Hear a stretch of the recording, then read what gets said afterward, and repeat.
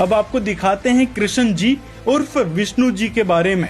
यहाँ पर नीचे जब सुदामा को श्राप दे दिया राधा जी ने, तो वह फिर अगले जन्म में तुलसी का पति शंखचूर्ण बना।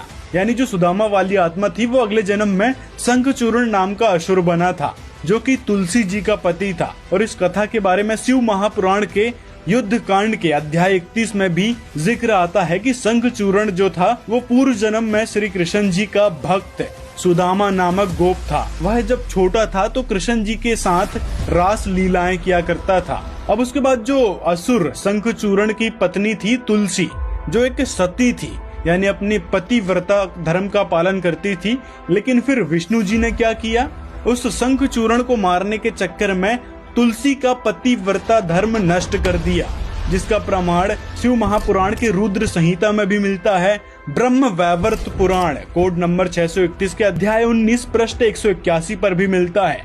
इसी प्रकार देवी भागवत महापुराण में भी इस बात का प्रमाण मिलता है कि श्री विष्णु जी ने किस प्रकार तुलसी का पतिव्रता धर्म भंग किया था, यानी तुलसी के साथ छल पूर्वक बलात् किया था शंखचूर्ण का वेश बनाकर।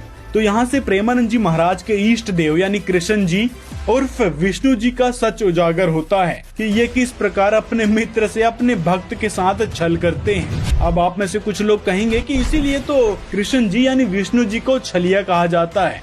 तो भाई ये छल कोई उपाधि नहीं है, छल एक घटिया और निचले स्तर का काम है। संत रामपाल जी महाराज ऐसे ऐसे ढेरों प्रमाण जन समाज को दिखाते हैं, जिसके कारण आज हमको ज्ञान हुआ इन सभी देवी देवताओं का, कृष्ण जी का, विष्णु जी का, यहाँ तक कि त्रिदेव यानी ब्रह्मा विष्णु महेश के बारे में भी इस देवी भागवत महापुराण में बहुत सारी बातें कही गई है। और इन सभी देवी देवताओं से ऊपर भी कोई और परमात्मा है, जिसके बारे में संत रामपाल जी महाराज ने पवित्र सदग्रंथों से प्रमाण दिखाकर बताया है कि वो परम अक्षर पुरुष है, जिसे सदग्रंथों में सच्चिदानंद घन ब्रह्म और वासुदेव की संज्ञा भी दी गई है, जो कि इन त्रिदेव ब्रह्मा विष्णु महेश और कृष्ण जी रामचंद्र जी से बिल्कुल ही अलग है। तो उन्हीं परमेश्वर की अद्वितीय जानकारी सिर्फ और सिर्फ संत रामपाल जी महाराज जी ने बताई है, न कि प्रेमानंद जी महाराज ने या फिर अन्य गुरु संत या कथावाचक या मंडलेश्वर शंकराचार्यों ने।